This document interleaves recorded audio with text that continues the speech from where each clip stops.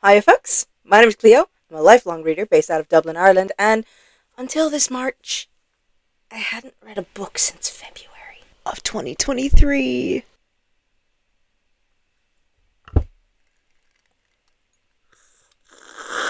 Paper of Hemlock presents 2 bookless years and the books that got me reading again. As a lifelong reader, obviously this wasn't ideal or intentional by any stretch of the imagination.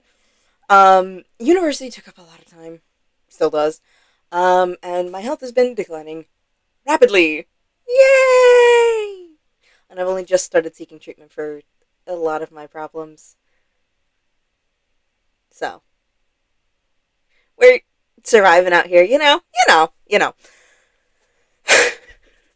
However, due to a variety of changes in my life recently and some support from my friends, I have gotten back into reading! Yes! Yay! I have read 12 or 13? 12 books since March. Are you proud of me? I'm proud of me. I'll be so honest. I'm so proud of me. So, here are the books that got me out of a 2-year-long reading slump. Excuse me? Did you just fall over?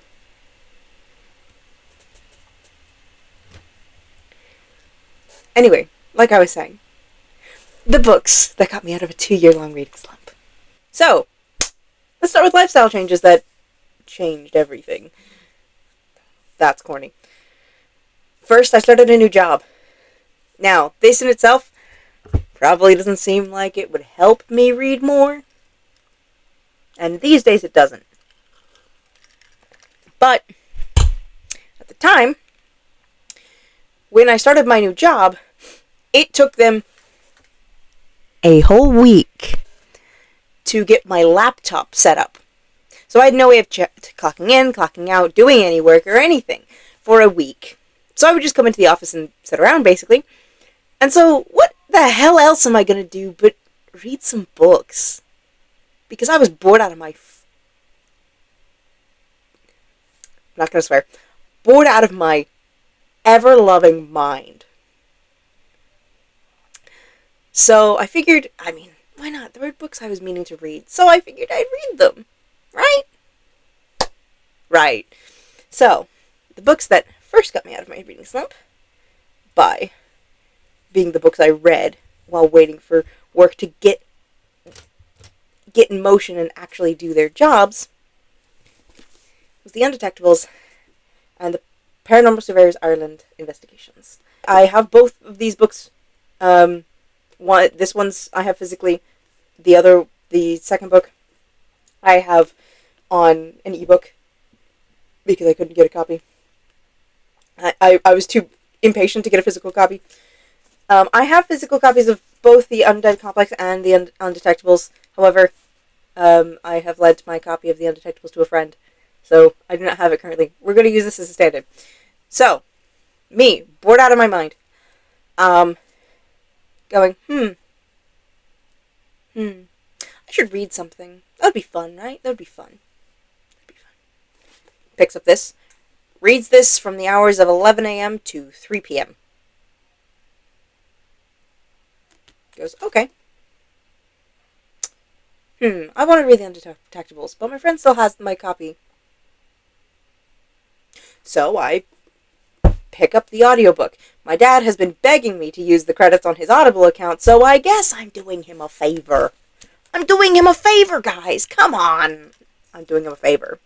This is what I tell myself every time I spend his money. What's he gonna use it on? Bills? So, listen to that. Listen to it in like 2 days, 3 days. I could not stop. And so, I was like, okay, well, what do I do now? Okay, ebook of Watch This Place. Cool. I read it in 3 hours.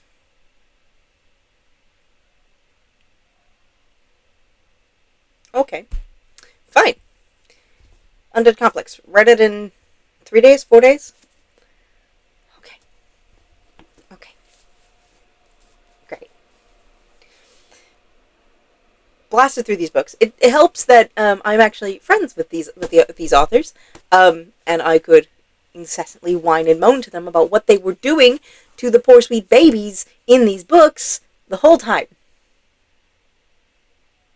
Amy, Courtney, if you're seeing this, I love you guys. I'm so sorry. I will hunt you for sport. I will hold myself to that. You know I will. I know I will. It is what must be done.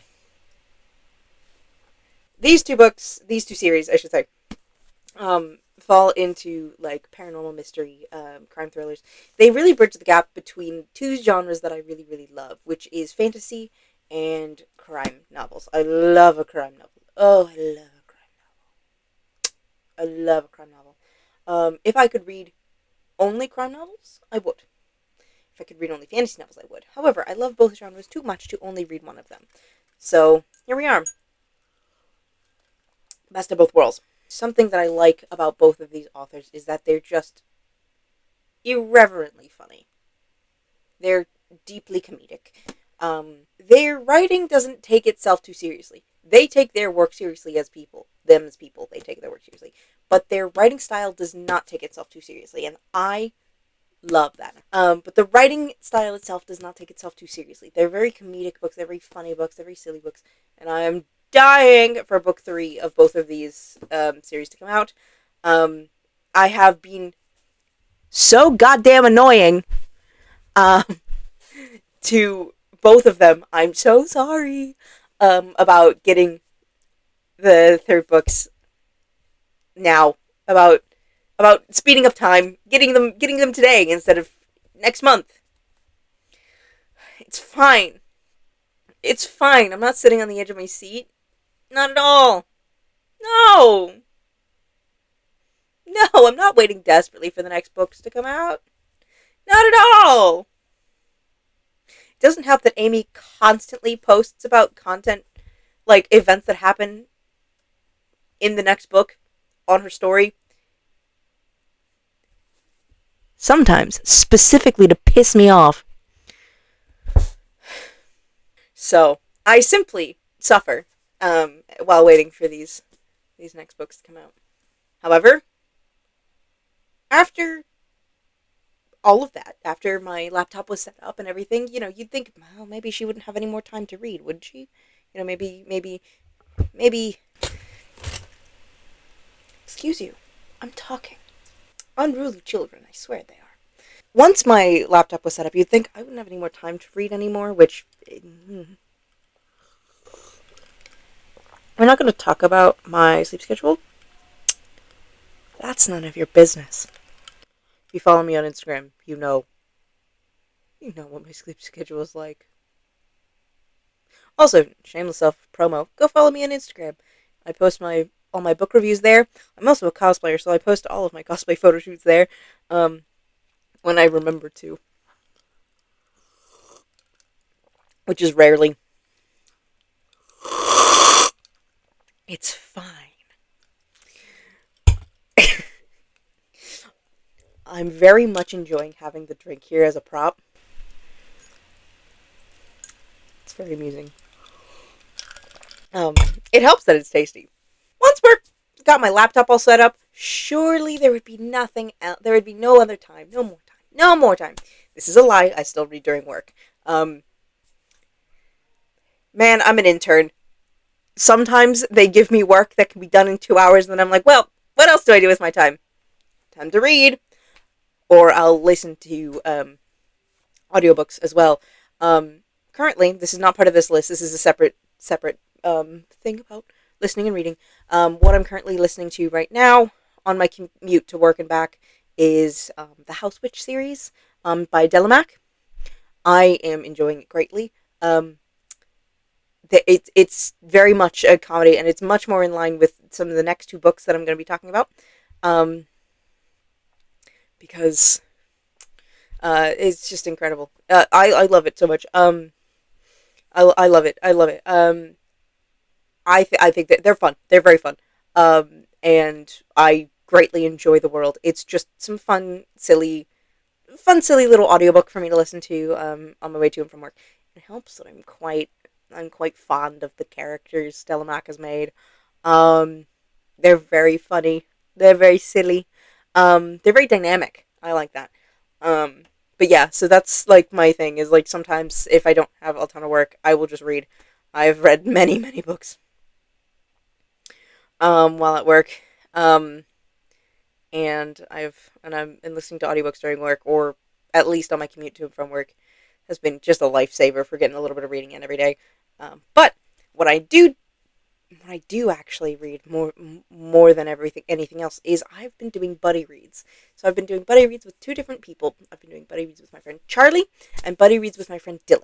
So let's start with my buddy reads with Charlie, shall we? So me and Charlie go to college together.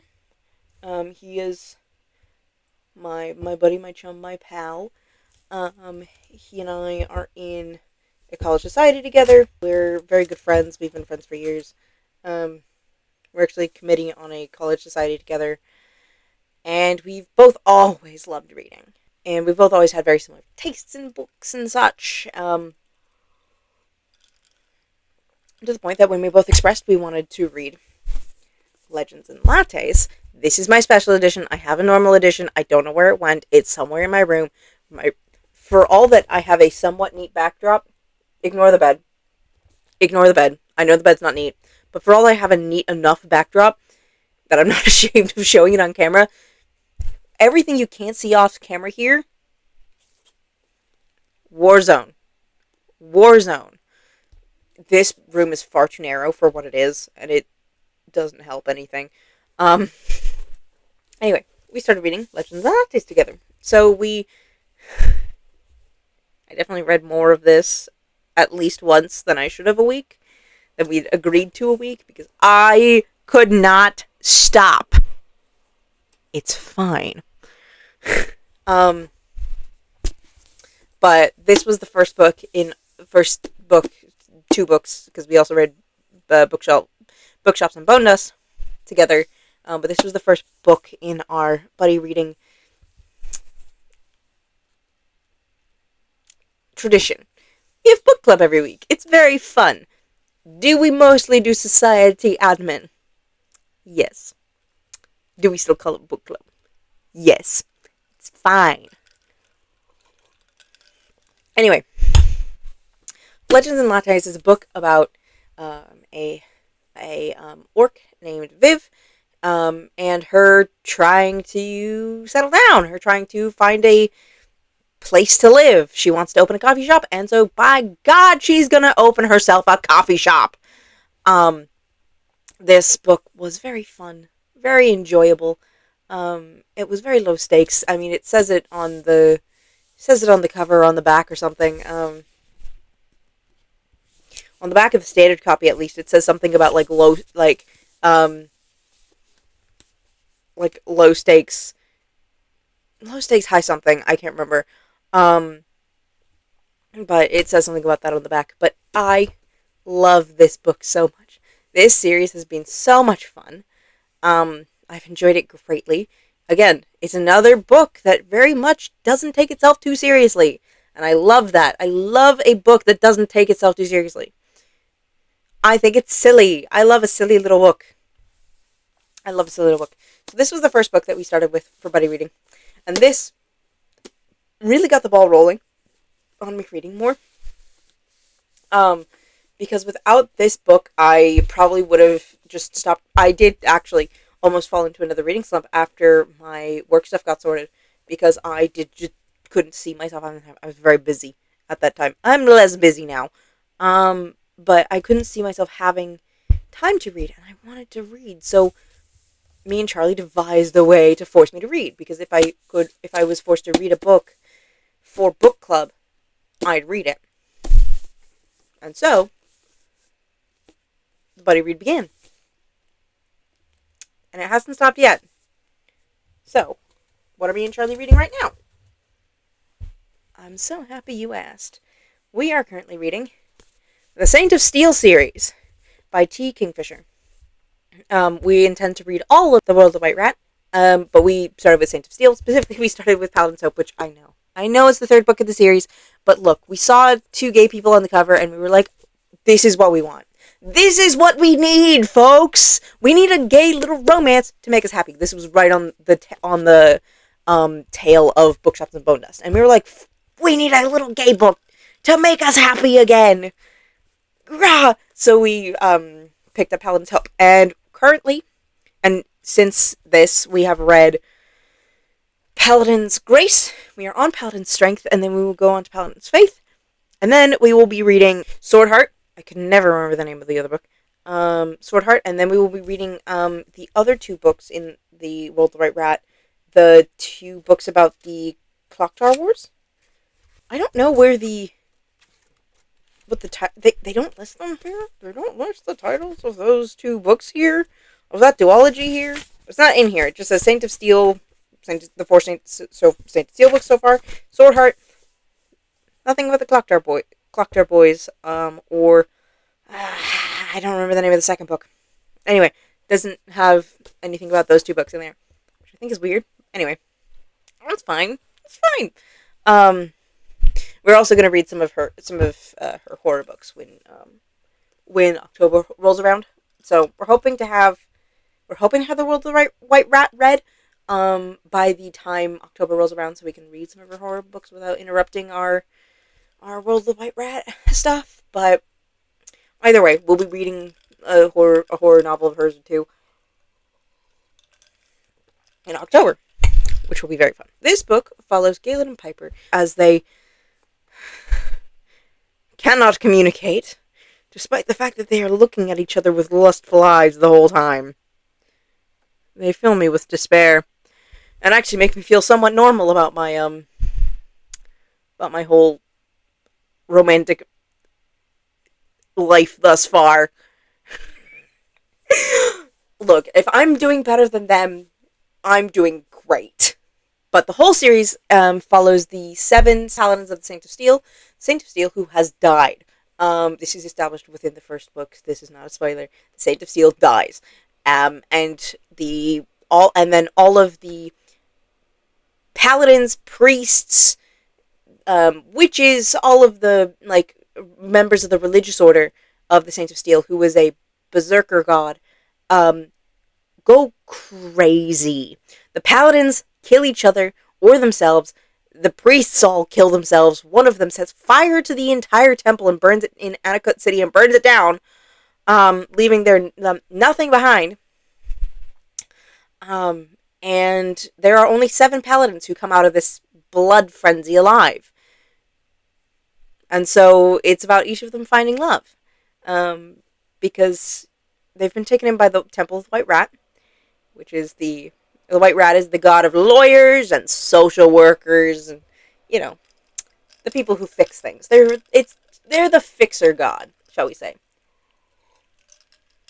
And so, members of the White Rat, they fix things. Fix people. Not that they need fixing, but, sometimes people think they need fixing. And that's what the Temple of the White Rat does.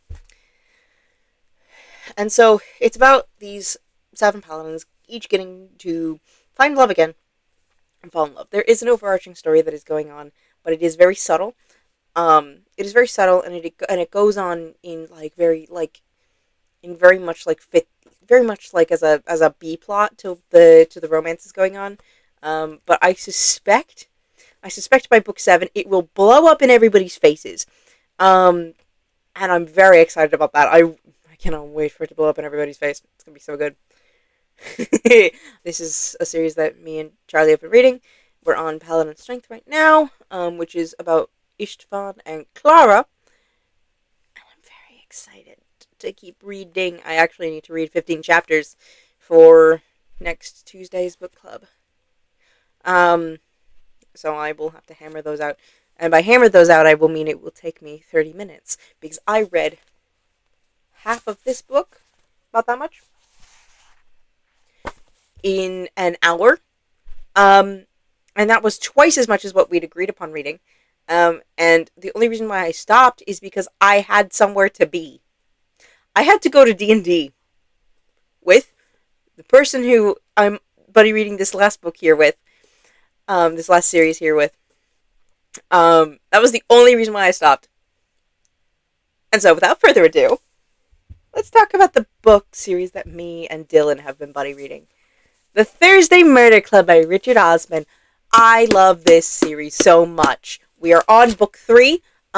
This is my only copy that I own. The other copies that I've been reading from have been library copies. I do own the full series in this particular format, in this tall paperback format. However, the other books are at home in the States. At my parents' home in the States, I should say. However, my mom has also been greatly enjoying this series, so I was like, hey mom, don't worry about buying the other books. The other 3 books that are out so far. Just read mine. It's fine. They're in my bedroom. Go on. Read my copies. It's fine. So my mom's reading these. This book had us in a chokehold. We were like, okay, we'll read 10 chapters, and then we'll see where the other one, and then we'll wait for the other one to catch up. And then we kept reading another 10 chapters, another 10 chapters, another 10 chapters. And then my mother got involved. And my mother picked up the first book and was like, because I'd recommended it to her, and she was like, okay, I'm going to read this. Guys, she read it in a day. I don't know how she did it. I don't know how the woman did it. She read it in a day. We had half of the book left to go. We sped read through it because we were seeing her that weekend. Because this was while she was over in Ireland, over in Dublin, to see me. So, we sped through the last half of the book. Also, we could go to D&D at her apartment. She was offering her Airbnb apartment to us to do D&D. So that we could go to D&D that weekend and be able to talk to her about the book.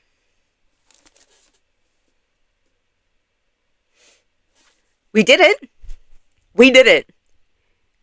I would have done it easy peasy because I read extraordinarily quickly when I set my mind to it. However, Dylan does not read extraordinarily quickly. Dylan reads quite slowly.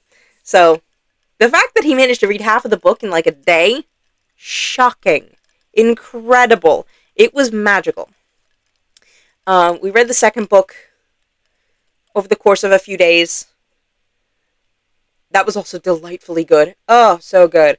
Richard Osman is such a good writer. Such a good writer. We're on book 3. The day I finished book 2, I immediately went to the library, turned it in, and got out book 3. Book 3 is sitting on my bed, on my pillow back in that corner over there. Back there. I'm so excited to start reading it, guys. Dylan just got his hands on a copy, so I'm gonna have to start reading it soon. This book is about a set of 4 octogenarians who want to solve murders. They're what I'm gonna be in 50 or 60 years' time. And I cannot wait! There is a movie coming out on August 23rd. 26th. August 26th. I will be in the Netherlands for VienCon at that time. And I will, in fact, be sitting down that night, after the con, or wherever we're staying that night. And, because I can't remember if we're at the convention that day or not. I think that's the day we fly. 28th. No, it comes out. One moment. Arrives on Netflix on August 28th. Okay. So, August 28th. I will be at the convention hall, at VienCon at that point. So, what will be happening is that night I will be in the cabin after the con, watching Thursday Murder Club. And I will enjoy it greatly, I can promise you that. This book, is about... It's about murder. It's about murder, and it's about the things we do for friends, and also about what's the difference between solving a crime and doing the right thing. I don't know how else to explain this without giving stuff away. Look, the characters are all witty and insightful and delightful. You have to read this. It is so funny. It is... If I am half as funny when I'm 80 years old, I will consider that a win. This is such a funny book. Please read it. Please read it. It is so funny. It is so funny. It is worth every page and more, which is why it's a series. Truly, it's just a good series. It's a good series. I would recommend it to anybody who likes comedy or crime or, classic actors of the um, Gen X, um, for the Gen X fan base. Because the cast is absolutely of the movie is absolutely chock a block of classics. Oh, the cast is incredible. Um, so August 28th is when the movie comes out. Please watch it. Read the book as well. It's so good. I'm so excited about it. But yes, this is the last of the Buddy Reads. So, with starting a new job and Buddy Reads done, you might be wondering, what's this last book here? What's this book here? This book is a culmination of at least a year and a half, if not 2 years, of bullying, said with love, loving bullying, and begging and pleading, and also by both Charlie and my friend Alex. It is also the culmination of me desiring to return to a book that I DNF'd at 10 years old, because, let me tell you, a 10-year-old should not be reading this book. I'm not surprised I DNF'd it, because I clearly didn't know what was going on. I was not old enough to know what was going on. Don't read this at 10 years old. Or don't try to. It won't go well. Everybody, please welcome Brandon Sanderson to the table with Mistborn, also known as This book is also known as The Final Empire. But in the UK, it's called Mistborn. I tried to read this book. This is the Well of Ascension that I'm holding here. I don't know where my copy of Mistborn went. It's probably back in that pile over there, but this is Well of Ascension here. But I'm on Mistborn. I'm halfway through Mistborn.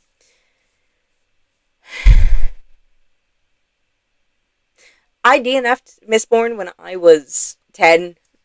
A 10-year-old should not be reading Mistborn, guys. But Alex read the most recent. Alex is my best friend in the whole wide world, by the way, guys. One of my favorite people ever. I adore him deeply. And he is a huge Cosmo nerd. Huge Sanderson nerd in general. He read Tales of the Emberdark in 5 hours. He texted me at 11 p.m. a couple nights ago saying, I'm gonna start reading. I'm gonna read the new. I've got the new Sanderson book loaded up on my e-reader. See you at 4 a.m. Sure as hell. 3:55 rolls around and I get a text. Welp, I'm done. I don't understand him. Anyway, Alex's madness aside, why did I start to pick this back up? One, because I knew I'd love it. I knew I'd like it. This is why I picked it up when I was a kid, because I knew it was a book I'd like. Why did I put it down? Because the book I got was an airport paperback. About yay big, with font tinier than this. I was a 10-year-old with severe dyslexia. That was never happening. So, I DNF'd it. And this past year, I was like, hell, why not? I've been wanting to read this again for ages. Pick it up again. Both Alex and Charlie have been begging me to for ages, and the Cosmere TTRPG has been coming out, and they both want to play, and they both want to run a game. So I need to get back into it so I can play with them. I can play this TTRPG with them. Right? This is what it's about. So I picked it back up, and by God, I've loved it so far. Ugh, I love Sanderson's writing. His writing style is it's very evocative. It's very full of image and full of like life, and I really enjoy that. Mistborn is a book about, and again, I haven't finished it, so you guys are probably going to kill me. Alex will also kill me. Alex has also torn me asunder for this. I have read the last 100 pages of Mistborn. Because I was looking to break it down into 100-page chunks, and I got to the last 100 pages, and I saw something, I was like, what? And so I just read the last 100 pages. I will not apologize for this. I know this is a sin, but I will not apologize for this. Because why would I? People do stranger things. I read those 100 pages fully, and I intend to read them again fully when I get to them this time around. It's fine. It's fine. I've said that over and over again. It's not fine. But you know, it's fine. So, with Mistborn back on the table, I have been able to really sink my teeth into epic fantasy in a way that I haven't been in a long time. I love epic fantasy. I read Lord of the Rings when I was 10, and I loved it. The Witcher has been a special interest of mine since I was 13. Also, don't read The Witcher at 13. Don't know what my parents were thinking, letting me play The Witcher 3. Don't know what my parents think were letting me buy The Witcher books. That's not my problem. Frankly, because I have loved that series ever since. I love that series. It has shaped the way I view fantasy and the way I view mythology and folklore. And how I view the way that you can include the real world in a fantasy world. And that's another video for another time. Anyway, with Mistborn being back on the table, suddenly I'm able to indulge in a genre that I've loved for a long time, which of course is epic fantasy. I've always loved epic fantasy. So getting to sink my teeth back into epic fantasy and actually understand it and actually enjoy it again has been so satisfying. Will these books be enough to keep me from another 2-year-long reading slump? Who knows? I certainly hope so. Because there are a lot of books out there that I really want to read. All these books down here. All the books on my bookshelf, which is off camera, but over there. All these books that I want to read in this world. All the books in the library, all the books in the bookstores. I want to read them all. I've always loved to read. I've been reading since I was a child. I would read forever if I could.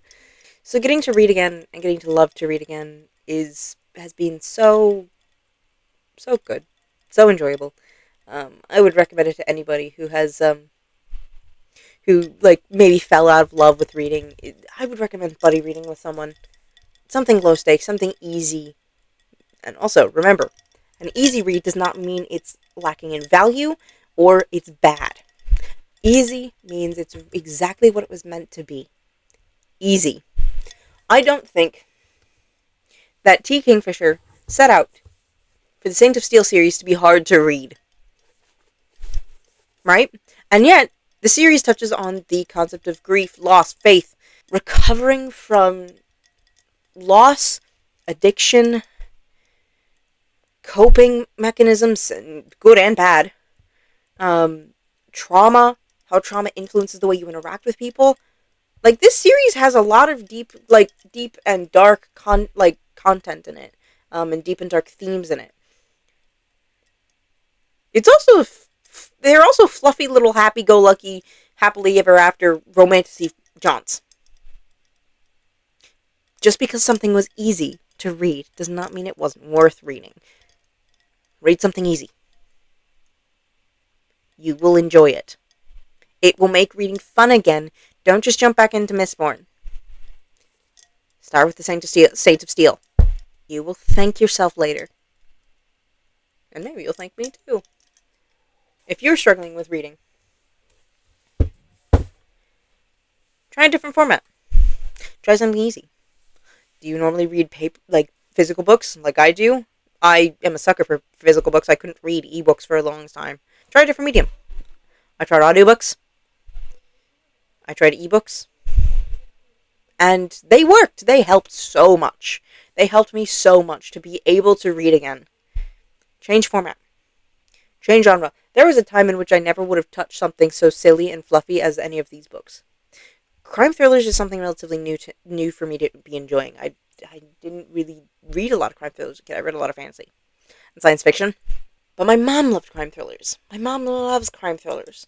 My mom loves contemporary books. My mom loves Friedrich Bachmann and I can't remember any of the thriller authors she likes. But she likes contemporary. She likes Friedrich Bachmann and she likes Amy Tan and stuff like that. I don't like contemporary books very much.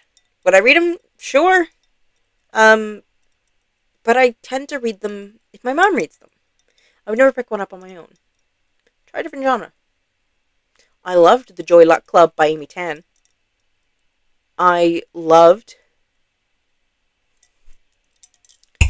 to look up this book because it is a very specific title. And I never remember it. Found it. Loved. My grandmother asked me to tell you that she's sorry. Actually, story about that book. My mom and I were once on a road trip. And we listened to the audiobook of My Grandmother Asked Me to Tell You She's Sorry. And at one point, we're driving through the mountains, and we get to a certain point in the book. And it is a devastating part. And we are both sobbing. I'm 14 years old. I do not have my driver's license yet. I also wouldn't have driven in those mountains at 16. Hell to the no. But we were sobbing. We were ugly crying. Oh, ugly crying. Ugly crying. Proper ugly crying. And I look at Mom, and I look at the road, and I realize neither of us can see the road properly. We are driving through the mountains, and I go, Mom, we have to pull over. Mom, we have to pull over. I can't drive, and we're both crying. And we need to pull over, because we're going to drive off this godforsaken mountain. I didn't say godforsaken, I said something stronger. But you get the gist. And Mom's like, I know. And so we pulled into the next rest stop and sobbed until we could get ourselves together. And then we turned again. But, oh my god. That's not a book I would have picked up on my own. I never would have picked up My Grandmother Asked Me to Tell You That She's Sorry on my own. But my mom wanted to read it. She wanted to listen to the audiobook. And I was like, okay. We're on a long road trip, might as well. If I don't like it, I'll put my headphones in and listen to music, and that'll be that. And then I really liked it. So try something different. Get a recommendation from a friend, from your mother, from your father, your sister, I don't know, your best friend.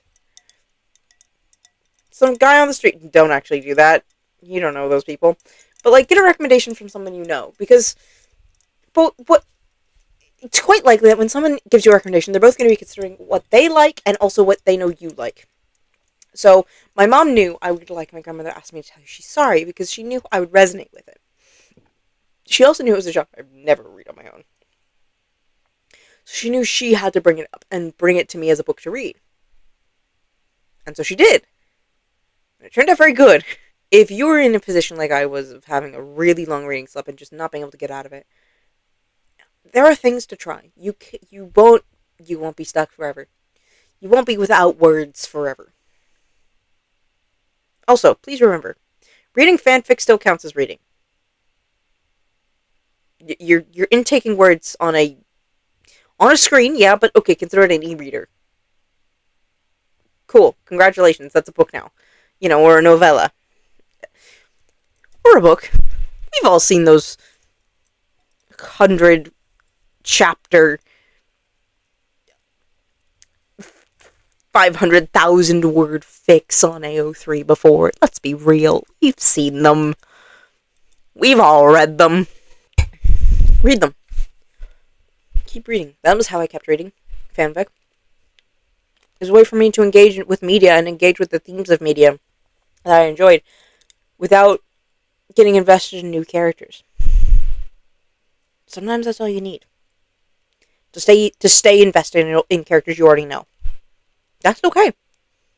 Keep reading your fanfic.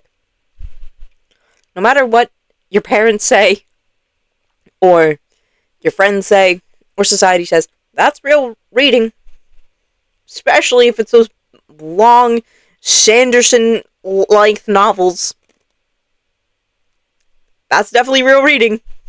Read something easy. Read something different. And if it doesn't work, then there's no shame in that. There's no shame in trying something new for a while. It's okay. It doesn't make you any less of a reader. Just because you were a reader doesn't make you no longer a reader.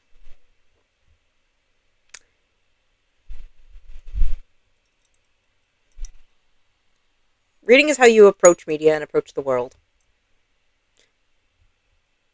I want you guys to know that I do not take myself this seriously. I'm aware that I'm on a soapbox right now. It's fine. Don't worry about it. But just don't feel ashamed that you've stopped reading. I felt very, very ashamed about it, and I think that made it worse. Excuse me.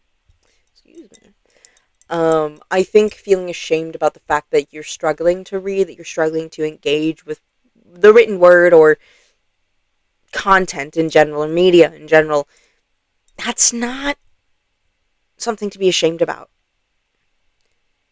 Develop an emotional attachment to a piece of fiction. That takes effort. That takes a lot of emotional vulnerability, because generally the way we get ourselves attached to these characters is through resonating with the characters and resonating with their struggles and resonating with their flaws. We rarely ever resonate with characters because they are everything good about us. We generally resonate with them because they're both the good and the bad of us. That takes a lot of vulnerability. It's okay to not be chill with that amount of vulnerability. Don't feel ashamed about it. It's not something to be ashamed about. Books are supposed to be fun. Don't give yourself unrealistic reading goals. Don't demand yourself to read a specific book or a specific genre or a specific thing, or to read a certain amount. Read what you can, and if you've read one page, congratulations, you've broken your reading slump. That's all you need. One page. I think everyone can read one page. Right? Or listen to 5 minutes. I think everybody can do that. Right? And I will get off my soapbox now. My apologies. I did not expect to get on a soapbox, but I suppose that's what you get for not scripting a video. You get a soapbox. With that being said, please check out any one of these books by any one of these authors. These are fantastic authors and fantastic books. They gave me back a hobby that I have loved my whole life and thought I would never frankly get back, because of how long it had been.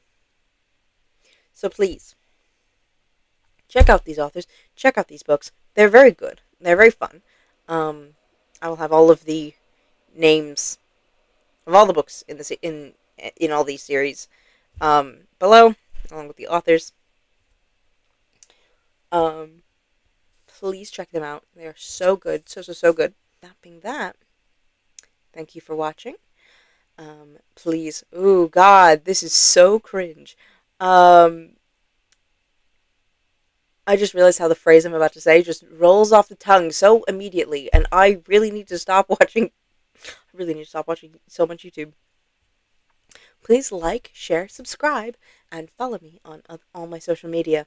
Specifically, follow me on Instagram. I am barely active on anything else, but specifically follow me on Instagram, and you will get to see a variety of things, including, I'm going to promo some content here, including how I made this drink, which is a cocktail that I have created myself. I don't know if I'm the first person to come up with this cocktail, but I don't know. I couldn't find it online, so I'm assuming I am, because I'm American and deeply self-centered. Right? That's how this works, right? Um, I'm calling it a vampire spritz, and I will be. And I actually filmed the video for making how to make this before I filmed this. And that will probably be up before this is up. So, um, in that case, I will put the link to the video on how to make this vampire spritz down below. And you should go check that out. Um, unless you don't drink, in which case, DM me. I'm sure I could come up with a non-alcoholic version. I'm sure I could do that. Anyway, take care. Have a good day, evening, or night, wherever you are. And I hope to see you next time. Ta!